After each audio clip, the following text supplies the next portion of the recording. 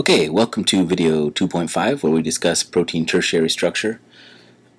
This is a really important lecture and very fun, in which we'll basically be taking a tour of the highlights of protein three-dimensional structures, which of course form the basis of all of our understanding of biochemistry and molecular biology. Referring back to the previous lecture, here I'm showing how some of those super secondary structures that we discussed are represented in context.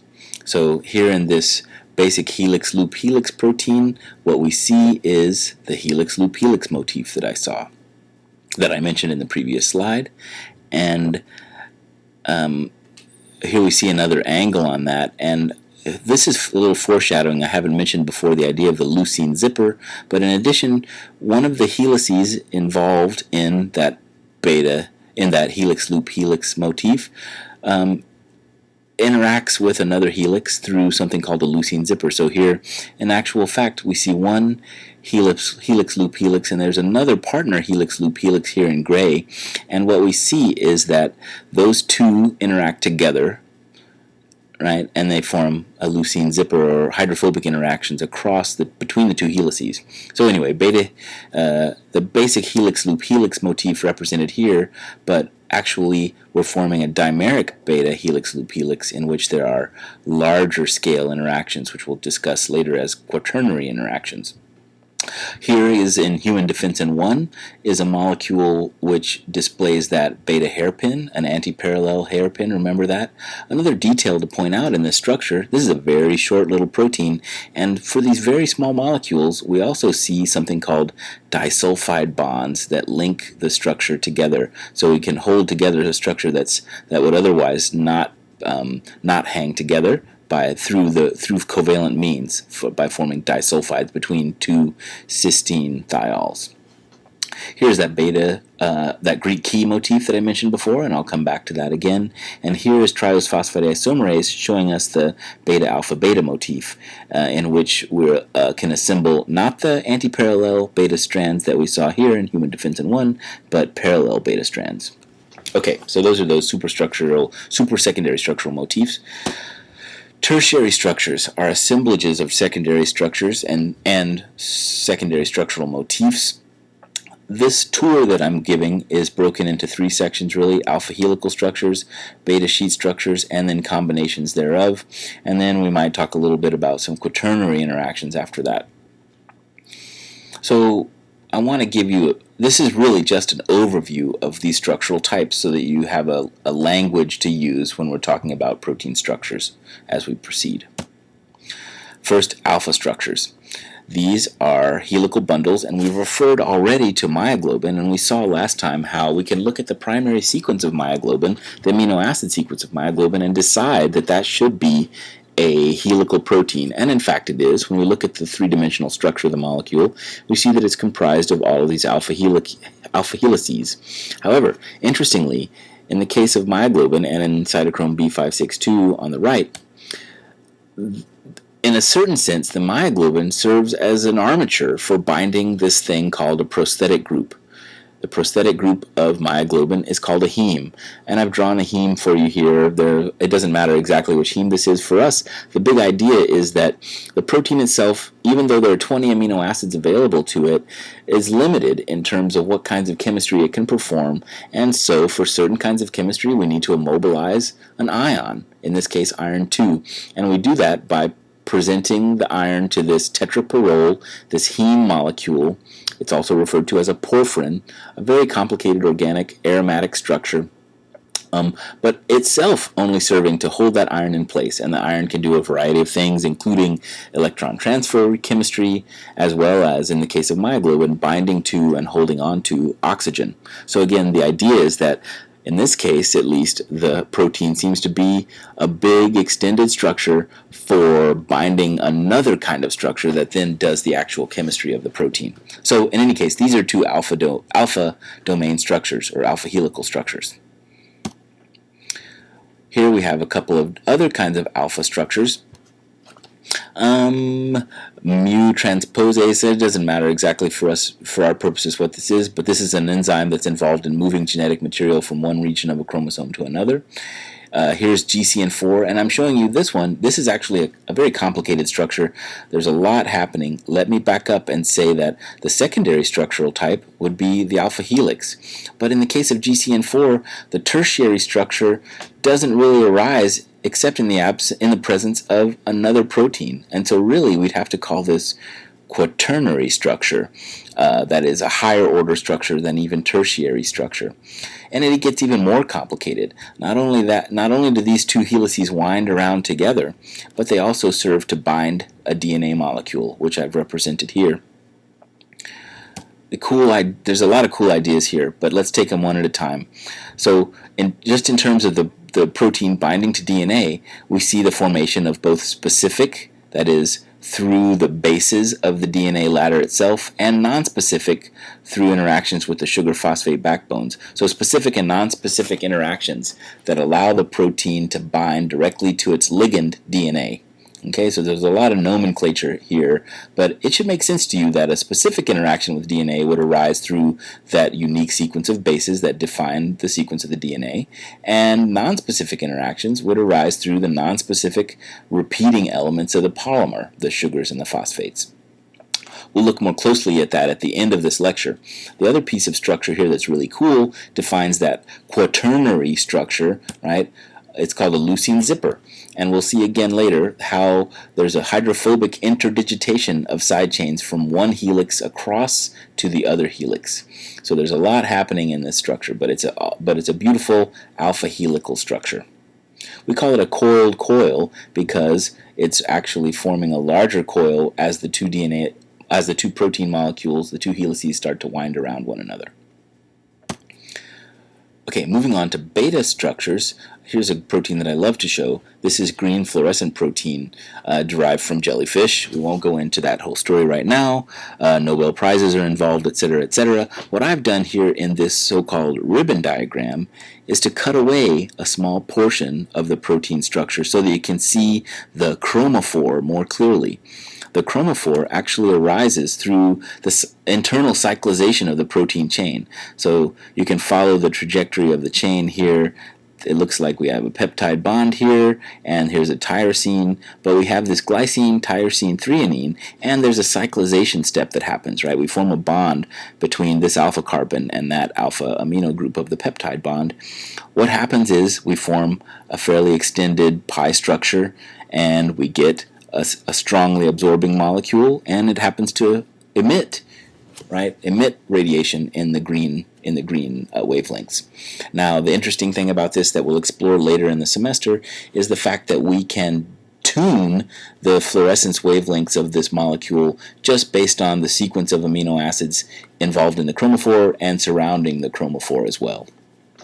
However, back to the idea of tertiary structure, this is a anti-parallel beta barrel protein, so we know that beta strands don't exist in isolation. They tend to wrap up into beta sheets, and in this case the beta sheet itself wraps around on itself and forms a barrel structure, burying in the interior that chromophore. So it's very cool. You can see the chain winding through the core of that barrel and then coming back out again at the other end.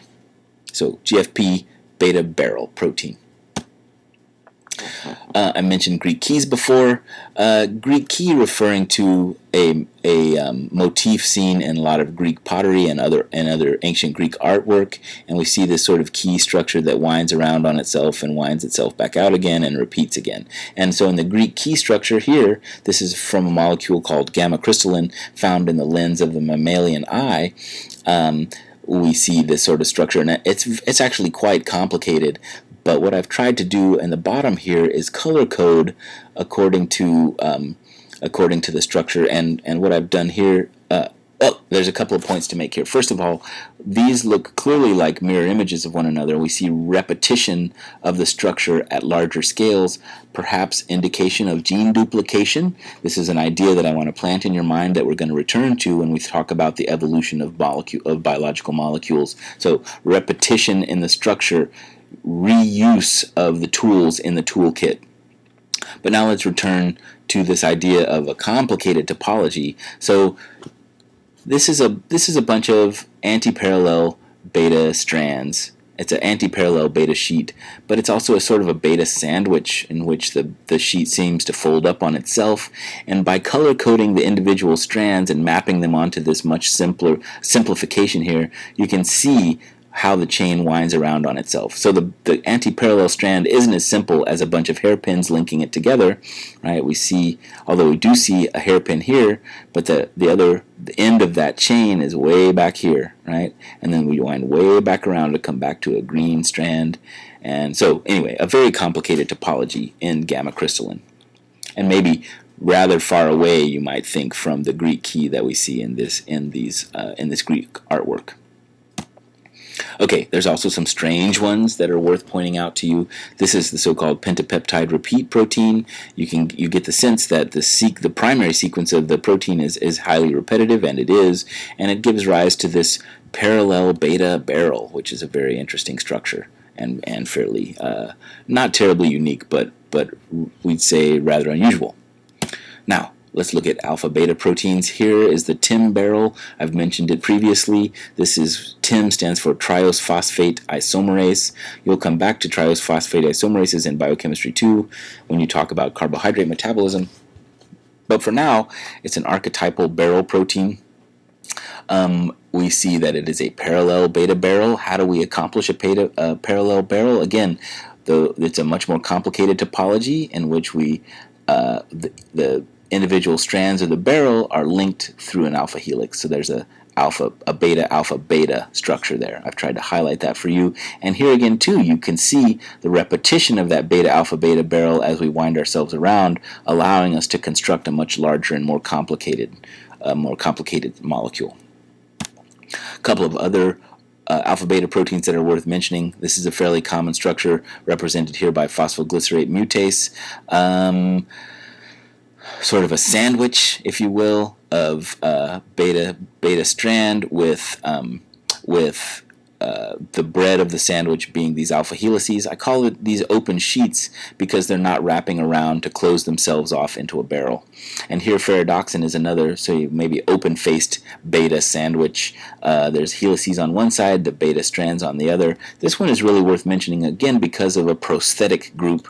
Here an iron-sulfur cluster. There are other more complicated iron-sulfur clusters that we will consider later, but this is a redox center. Again, the protein serving as an armature for holding the prosthetic group in place so that the chemistry can be formed with non-protein atoms. Now here's a fibrous protein, collagen. I mentioned collagen in the previous lecture when discussing Ramachandran. This is his triple helix structure, which was borne out, the model borne out by fact or observation of the real three-dimensional structure of the molecule. You can see that it's helical in the sense that over a long term there's a repetition or a helical structure here, but really this is a more extended, almost beta-like structure. And we can see that there's interesting hydrogen bonding that's going on between strands, so interstrand hydrogen bonding. I've tried to represent that for you here. We also see that this structure is heavily glycine and proline rich, and we know already that proline is going to restrict our phi rotation. So we can get, this is part of how we can achieve this extended but highly interdigitated triple helical structure. Not soluble protein, right? This is a fibrous protein. Okay, now let's step outside of our standard soluble proteins that I've been discussing a little bit further and look at integral membrane proteins. I mentioned these in one of the first lectures. This happens to be the structure of rhodopsin. Well, this is a complicated picture, so let me describe what we're seeing. This is a mostly helical protein. We have some beta turns that tie helices together. The way I've color-coded this, however, is that nitrogens are blue, oxygens are red, and any hydrophobic or nonpolar atoms are colored yellow. So what do we see? Well, with rhodopsin we see pretty polar end of the molecule over here, pretty polar end of the molecule here, and a big expanse of nonpolar surface area. This is how we can tell that this is a nonpolar molecule. An integral membrane molecule. We look and we see that the dimensions are something that match the lipid bilayer, right? So what I say here is that rules are made to be broken. That is to say, we usually bury our hydrophobic surface area away from the solvent, and here it looks like we're exposing hydrophobic surface area, but it's only sort of a breakage of the rules because we're still burying that nonpolar surface area, but now it's inside the membrane itself. And it takes about 20 residues of alpha helix to traverse the membrane. Harkening back to our lecture on primary structure of proteins, here's a hydropathy plot again, and this having nothing to do with the three-dimensional structure, only looking at the amino acids and ranking those amino acids based on their hydropathy, and what we see is a very clear pattern. Nonpolar, polar, nonpolar, polar, nonpolar, polar. So we can identify the regions of the molecule that are clearly nonpolar, and then we can see the polar ends of the alpha helices. And the key here being that we can use amino acid sequence itself to predict what kind of molecule might actually be an integral membrane or membrane spanning protein. And clearly here we see a pattern that indicates that this molecule would be a membrane spanning protein. So another interesting idea is that proteins are composed of domains. And what is a domain? Well, it's a sort of a structural subunit that structural subunits are then assembled into the larger molecule. This is the C-Sarc tyrosine kinase. There are 3 distinct subunits. You can see them, but I'll point them out for you. This is a molecule that's involved in various carcinomas. It's composed of a tyrosine kinase. Now, this is a bit of more terminology. A kinase is a molecule that adds phosphoryl groups to proteins. In this case, adds a phosphate to the hydroxyl of tyrosines. But in addition to the tyrosine kinase, the enzyme portion of the molecule, there is an SH2 domain and an SH3 domain, and both of these are protein-protein interaction domains. So 3 distinct structural subunits. What this allows us to do is take our tyrosine kinase out of its context, place it in a different context depending on what kind of SH2 and SH3 domains we have, and suddenly we have assembled a new molecule that might actually phosphorylate a different target molecule. So what we see is modular construction. We have a relatively simple toolbox that we can assemble in different ways through domain swapping or gene duplication to give rise to new structures and new functions. We will see plenty of examples of this kind of modular construction as we proceed. Now, this lecture is ostensibly about tertiary structure, but I violated that at the very beginning by introducing a protein, GCN4, that was an example of quaternary structure. And in quaternary structure, this is an assemblage of three-dimensional molecules, three-dimensional structures. And in this case, the quaternary structure doesn't exist in the absence of one of those. So we don't fold in the absence of the other molecule in this case. And here again is a leucine zipper protein that interacts with a DNA molecule. And here is an interesting paper if you want to go read about it. I might mention it a little bit in class and we could discuss it. The details of the paper are not so important, but I wanted to pull some figures from that paper to help you understand how this quaternary structure is assembled.